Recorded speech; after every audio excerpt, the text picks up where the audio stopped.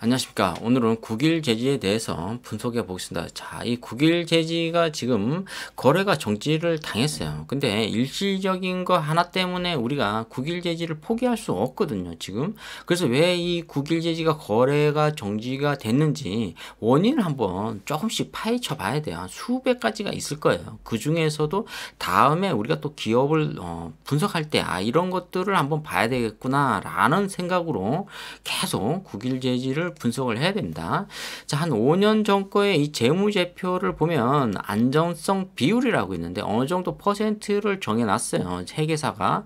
자, 회계사들의 연봉이 한 1억 정도 되죠. 그분들이 과연 어떻게 국일제지를 한 5년 동안 파악했는지 한번 보겠습니다. 유동비율은 200%가 이상이 돼야 양호하다. 뭐 안정성으로 볼 수가 있죠. 근데 79가 나왔어요. 근데 지금까지 유동비율이 5년 동안 100이 넘어간 적이 별로 없어요. 그렇기 때문에 이 국일제지는 5년 동안 상당한 이 여진이 있었다, 이렇게 볼 수가 있죠. 200%가 넘어야 되는데 당좌 비율 같은 경우에는 지금 200%가 넘어야 되는데 지금 여기서 보면은 100%도 안 돼요. 당좌 비율이 100% 이하하면 어떻게 된다? 경고예요. 옐로우 카드라고 지금 레드 카드 정도 나올 수가 있어요. 자, 그렇기 때문에 지금 5년 동안 여기도 역시 조짐이 있었다, 이렇게 볼 수가 있고, 이 부채 비율이 100이 넘어가면 안 좋죠, 지금. 근데 부채 비율이 한 149 정도 나왔다, 185 나오고, 이렇게 된 것도 역시 안 좋다. 이렇게 되면은 유상증자나 이 전환 사채가 굉장히 많이 나올 가능성이 있다. 부채 비율이 높을수록. 그러니까 100이 넘어갔기 때문에 지금 국일제지는 5년 동안 이 세 개만 봤어도 우리가 벌써 이 주가가 상당히 고평가되어 있다, 이렇게 볼 수가 있죠. 2018년도에 이 주가를 보면 거의 다 뭐 1,000원대라고 볼 수가 있어요. 그러니까 그래핀이라는 이 강력한 이 호재 하나 때문에 주가가 8,300원까지 올라갔죠.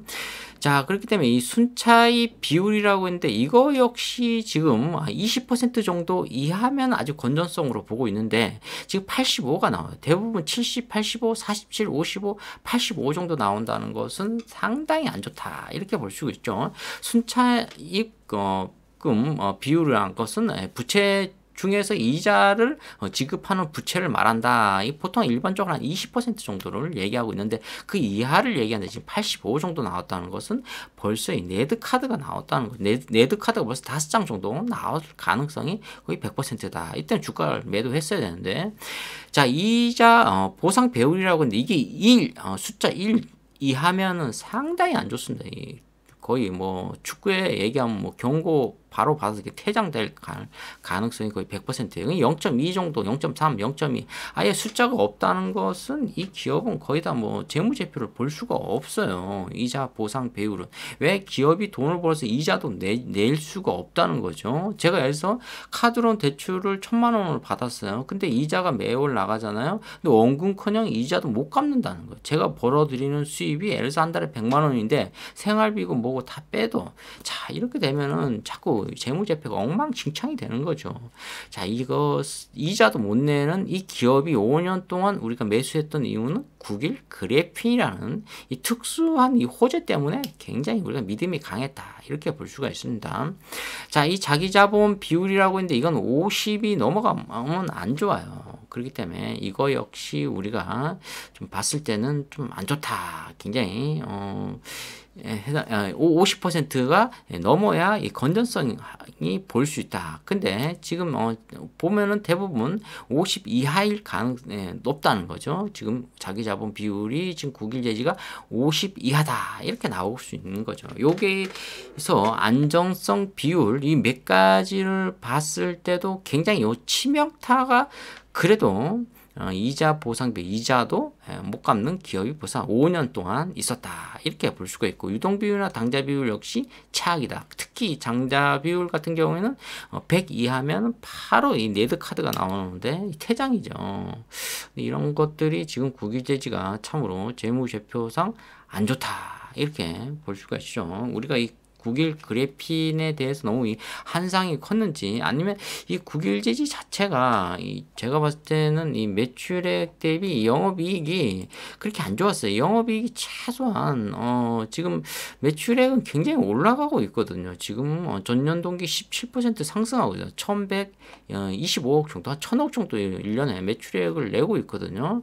근데 이 영업이익이 최소한 1000억이면 4% 정도 나오면 그나마 이 건전하다고 볼 수가 있어요. 그러면 최소한 40억 정도는 수익을 내줬어야 되거든요. 그럼 한 4년 연속 이 영업이익이 한 40억 정도가 나왔어도 되는데, 이게 지금 보면은 단기 순이익부터 해서 그래핀 쪽에 굉장히 많이 투자를 하다 보니까 안 좋은 현상이 일어났죠. 그리고 오늘 뭐 영풍 제지부터 해서 이 제지 업종이 굉장히 많이 지금 상승을 하고 있죠. 그게 뭔가 이 국일 제지한테는 그나마 호재일 가능성이 있어요. 제지 업종을 사람들이 분석하다 보니까 야, 이 국일 제지가 왜 이런 현상이 일어날까, 이렇게 나올 가능성이 있죠.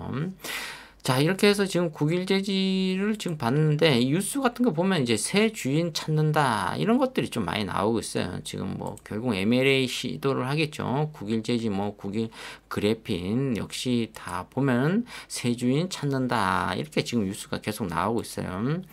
자, 이 국일 제지를 보면 최소한 1년 정도는 기다려야 될 것 같습니다. 앞으로 이런 재무제표를 좀 건전성 있게 나와야 된다, 이렇게 양호하게 안전성 있게, 이런 걸 한마디로 표현하면 이제 회계사들이 말하는 적정 수준이 도달해야 된다, 이렇게 나올 수 있는 거죠.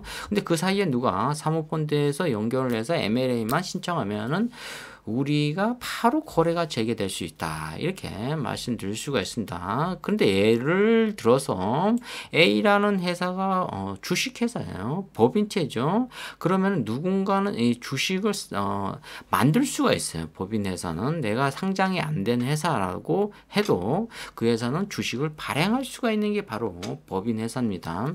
자, 그런 회사가 지금 국일제지를 만약에 인수하면은 바로 거래 재개될 가능성이 있습니다. 자, 그렇기 때문에 우리는 뭐 여러 가지 자본주의라는 것은 얼마든지 틈새라는 게 있기 때문에 충분히 우리가 뭐 나쁘게 자꾸 부정적으로 생각할 필요는 없다고 볼 수가 있습니다. 자, 오늘은 국일 제재에 대해서 분석해 보았습니다. 좋아요, 구독 팍팍 찍어주시면 감사하겠습니다. 감사합니다.